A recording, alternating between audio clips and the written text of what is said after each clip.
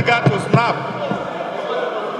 Electoral Act does not allow it. Except you don't want this election to go ahead. Please, of course I know. No. You cannot snap when you are casting your vote. You see? Yes.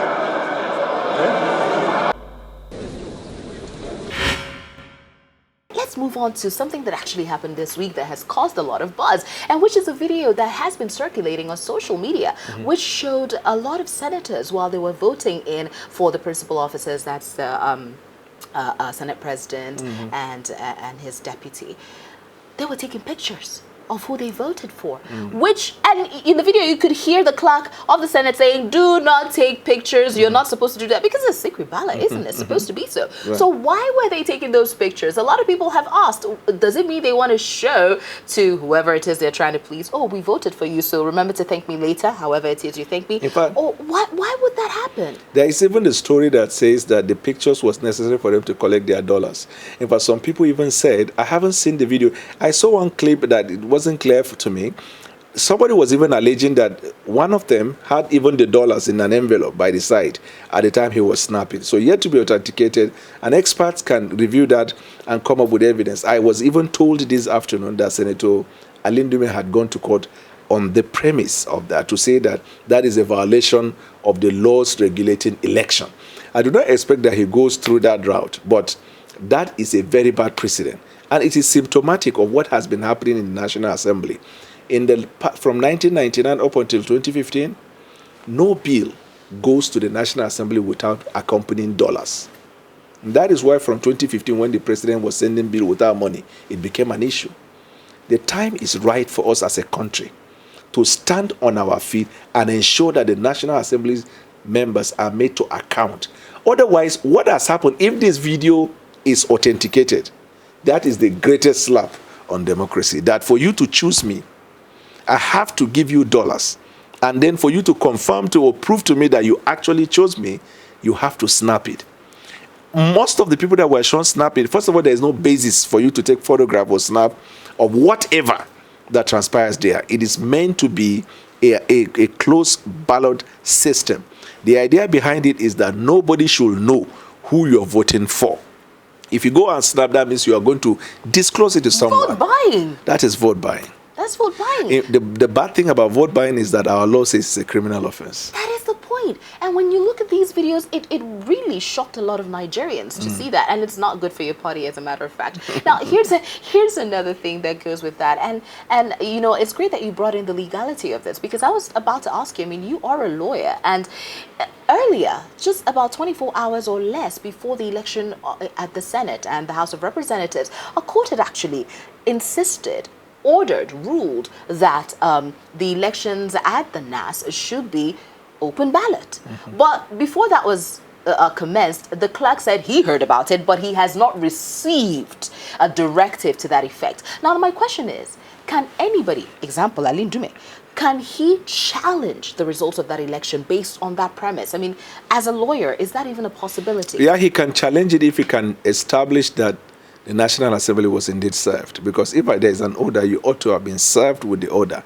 That will be the premise on which a contempt proceeding, for example, can be proceeded against you obeying court order.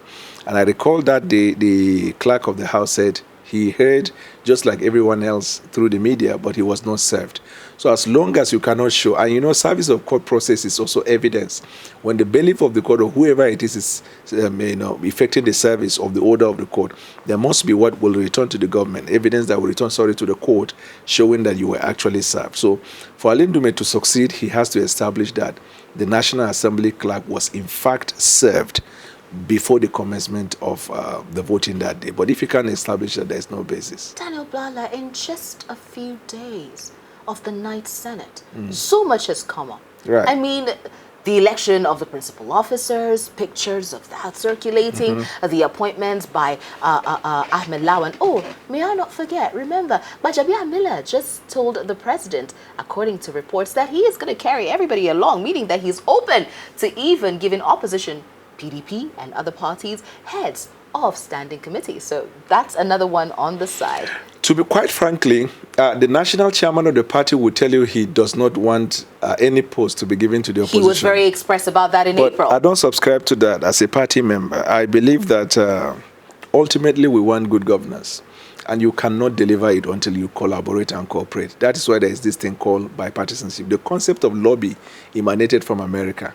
And lobby sometimes will require that you concede to some position in order to push the agenda of government.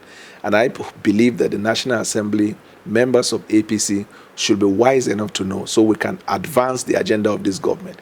If you take out all positions and say nobody will get, there are a lot of our party members who still, we argue with them. They insist that no chairmanship position should be ceded out, that even in America, all chairmanship of committee positions are with the members of the party. Oshomole actually said during the PDP time, all the chairmanship of standing committees, especially at the House of Representatives, were all headed by the PDP. So here is my point.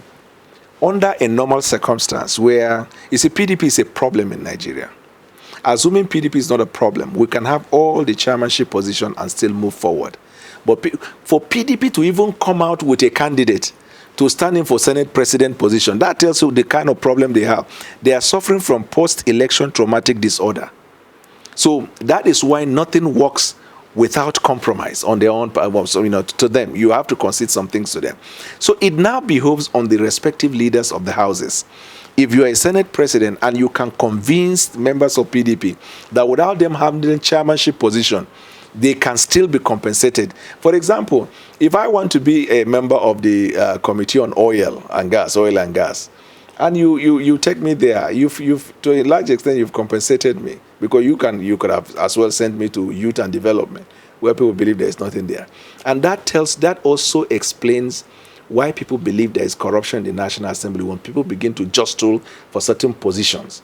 What are you hoping to achieve? It's been wonderful talking to you, Daniel Bwala, and getting your thoughts on all the things that we have been discussing right here. My pleasure on as Root always. Course. It's been wonderful. Thank you have for heard coming. all of his thoughts, and I'm sure you have a lot of yours. You've got your opinions. Please communicate that to us on the comment section of this video. You've been watching Root Course, and my name is Gloria Oje Emode.